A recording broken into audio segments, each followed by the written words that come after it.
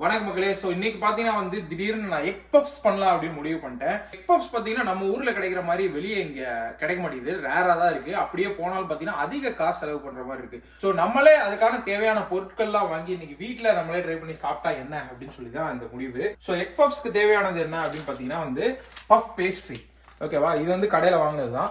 So இது அப்புறம் வந்து எக்கு, அப்புறம் பார்த்தீங்கன்னா வெஜிடபிள்ஸும் தேவை. ஏன்னா உள்ளே வைக்கிற மசாலா பார்த்தீங்கன்னா வந்து இதை வச்சு தான் பண்ண போகிறோம்.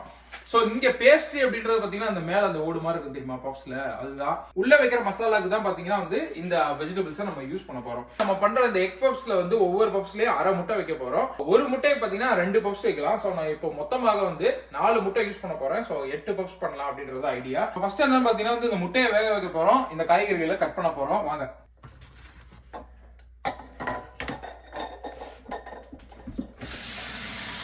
பார்த்தீங்கன்னா வந்து 4 முட்டை எடுத்தாச்சு. இந்த 4 முட்டையை இப்போ கொதிக்க வைக்க போகிறோம். ஒரு 20 மினிட்ஸ் வைக்க போகிறேன். அப்போ வந்து உங்களுக்கு நல்லா அந்த ஸ்ட்ராங்காக ஆயிரும் உள்ள. இது கொதிக்கிற கேப்பில் பார்த்தீங்கன்னா வந்து இப்போ நம்ம எல்லா வெஜிடபிள்ஸையும் கட் பண்ண போகிறோம்.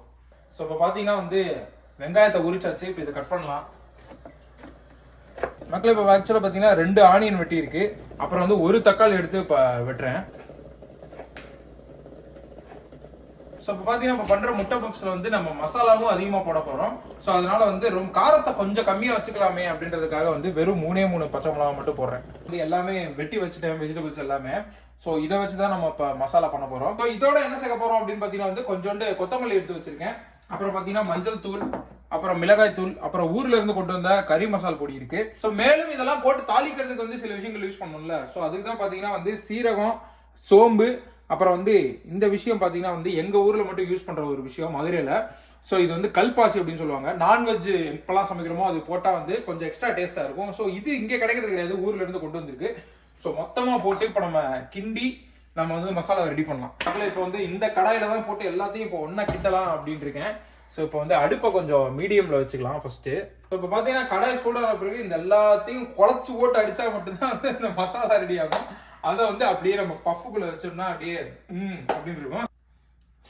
கடாய் பார்த்தீங்கன்னா இப்போ சூடாயிடுச்சு. ஸோ கொஞ்சோண்டு எண்ணெயை ஊற்றலாம். அப்படியே மலைச்சாரல் மாதிரி அப்படியே கொஞ்சோண்டு தூக்கணும்னு வச்சுக்கோங்களேன், கரெக்டாக இருக்கும். ஸோ இதோட பார்த்தீங்கன்னா இப்போ நம்ம தாளிப்பு பொருட்கள் தனியாக எடுத்து வச்சுருந்தோம்ல, அதெல்லாம் போட போகிறோம்.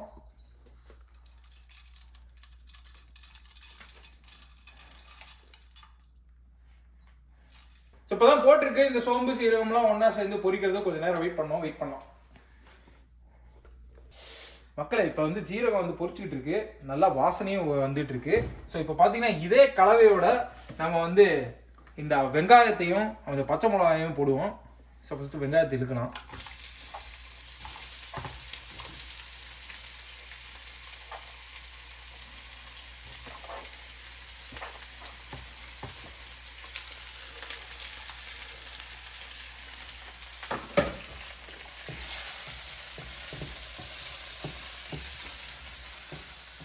வெங்காயம் போட்டிருக்கோம் இல்லையா, ஸோ சீக்கிரம் வதங்கணும். அதுக்காண்டி பார்த்தீங்கன்னா 1 பிஞ்ச் ஹிமாலயன் பிங்க் சால்ட் போடலான்னு இருக்கேன்.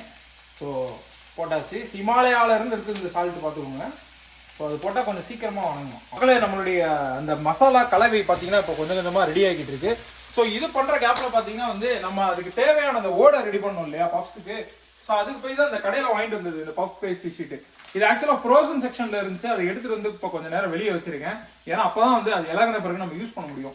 அதை எடுத்து போட்டு இங்கே தேய்க்கிறதெல்லாம் தேய்ச்சிட்டு அதோட அப்படியே மாவை ஆட் பண்ணி நம்ம அந்த ஓடு இப்போ ரெடி பண்ணலாம். இதான் அந்த பஃப் பேஸ்ட்ரி. இப்போ கொஞ்சம் இலகி இருக்கு பாருங்களேன். நடுவில் ஒவ்வொன்றுக்கும் ஒரு ஷீட் இருக்கு.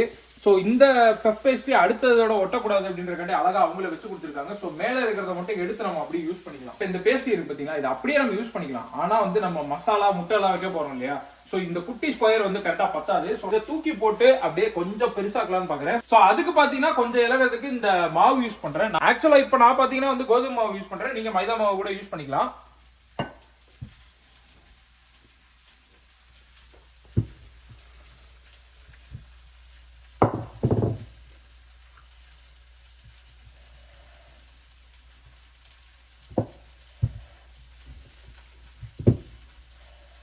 அங்க பாத்தீங்கன்னா வந்து மொத்தம் 8 ஷீட் பேஸ்ட்ரி ஷீட் நம்ம ரெடி பண்ணோம். ஏன்னா வந்து 8 பப்ஸ் பண்றதா இருந்துச்சு. ஸோ 8 ஷீட் நான் பண்ணிட்டேன் அங்கிட்டு. ஸோ அதே நேரத்தில் இந்த சைட்ல பாத்தீங்கன்னா வந்து நம்ம வெங்காயம் வந்து நல்லாவே வாங்கிடுச்சு. ஸோ இதோட இப்போ வந்து நம்ம இந்த தக்காளியை கொஞ்சம் சேர்க்க போறோம்.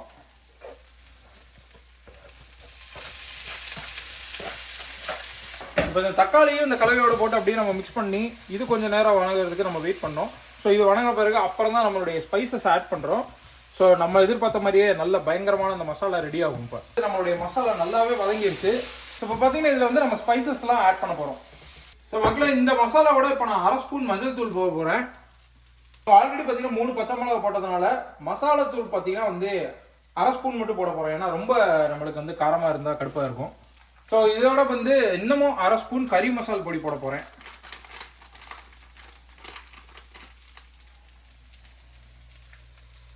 இது எல்லாத்தையுமே ஒன்றா சேர்ந்து கிண்டி விடுறோம்.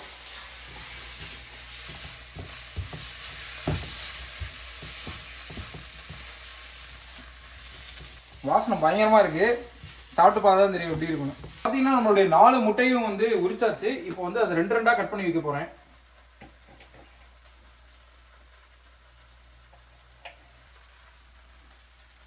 மக்களே இப்போ நம்ம மசாலா வந்து பயங்கரமா ரெடி ஆயிடுச்சு. வாசனை பிக்குது. ஸோ இதோட பார்த்தீங்கன்னா நம்ம வந்து இப்போ கொஞ்சோண்டு கொத்தமல்லியை போட்டு கிண்ட போறோம். ஸோ கிண்டிட்டு அப்படியே நம்ம அந்த பஃப் பேஸ்ட் வச்சிருந்தோம் பார்த்தீங்களா, அதில் முட்டை மசாலா வச்சு அப்படியே பேக் பண்ண போறோம். ஸோ அந்த ப்ராசஸ் பார்க்கலாம். மக்களே இப்போ பார்த்தீங்கன்னா கொஞ்சோண்டு மசாலா எடுத்துட்டு வந்துட்டேன். ஸோ மசாலா நம்ம ஃபர்ஸ்ட் வைக்கிறோம். இங்கே மசாலா வச்சு அதை அப்படியே ஈவனாக ஸ்ப்ரெட் பண்ணி விடுறோம். ஸோ எல்லா பக்கமுமே நம்மளுக்கு மசாலா இருக்கிற மாதிரி. அடுத்ததாக பார்த்தீங்கன்னா வந்து ஒரு முட்டையை எடுக்கிறோம். அந்த முட்டையை அப்படியே கவுத்துறோம். இப்படி கவுத்திங்க வச்சிடறோம். ஸோ இப்போ அது ரொம்ப நேரம் வந்து நம்ம ஆல்ரெடி இந்த ஷீட் ரெடி பண்ணி வச்சதுனால இந்த ஓரம்லாம் பார்த்தீங்கன்னா கொஞ்சம் ட்ரை ஆகிருக்கும். ஸோ அதனால என்ன பண்ணியிருக்கேன்னா கோதுமை மாவை கொஞ்சோண்டு தண்ணியில் அப்படியே மிக்ஸ் பண்ணி கொஞ்சோண்டு எடுத்து இந்த 4 சைடு மட்டும் அப்படியே தடவி விடலான் இருக்கேன். ஸோ அப்போ வந்து நம்மளுக்கு கொஞ்சம் ஈஸியாக இருக்கும், ஸ்டிக்கியாக இருக்கும்ன்றதுனால ஒட்டுறதுக்கு கரெக்டாக இருக்கும். ஸோ இப்போ என்ன பண்ணுறோம் அப்படின்னு பார்த்தீங்கன்னா இதை ஒவ்வொரு எண்டாக எடுத்து இப்படி நம்ம வைக்க போகிறோம்.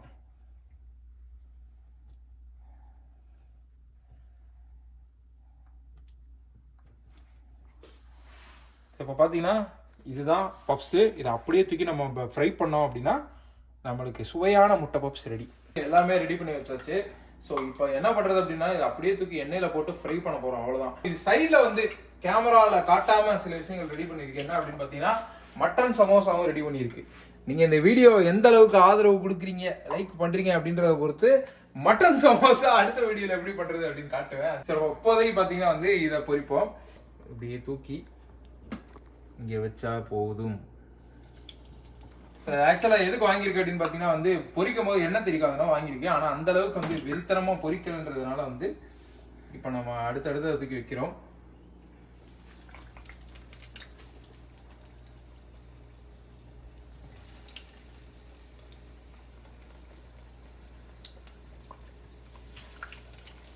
இப்போ பார்த்தீங்கன்னா 4 முட்டை பப்ஸையும் உள்ள இறக்கியாச்சு. இது பொரிச்ச பிறகு அடுத்த நாள் உள்ள இறக்கி அப்புறம் அதை எடுத்து சாப்பிட்டு அப்படியே டேஸ்ட் பார்ப்போம் எப்படி இருக்கு அப்படின்னு.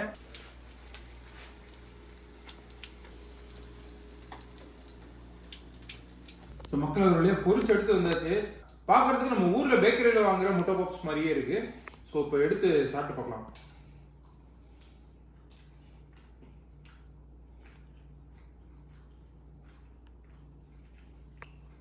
சூப்பராக இருக்கு. அப்படியே நம்ம ஊர்ல வாங்குற பேக்கரி பப்ஸ் மாதிரியே இருக்கு. பேசாம இங்கே பேக்கரி திறந்துடலாமா அப்படின்னு நினைக்கிறேன். கனடாவில் முட்டை பப்ஸ் பேக்கரி வேணும், முட்டை பப்ஸ் வேணும் அப்படின்னா வந்து எங்களை கான்டாக்ட் பண்ணுங்க. உண்மையிலே பயங்கரமா இருக்கு பார்க்கறதுக்கு. இங்கே பாருங்க உள்ள வந்து இந்த ஸ்டஃபிங்கு அந்த முட்டைலாம் இருந்துச்சு, சூப்பரா இருக்கு. அப்படியே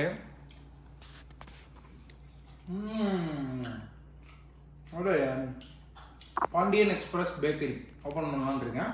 சரி, இந்த வீடியோ பிடிச்சிருந்தா லைக் பண்ணுங்க. மீண்டும் அடுத்த வீடியோவில் சந்திப்போம். நன்றி, வணக்கம்.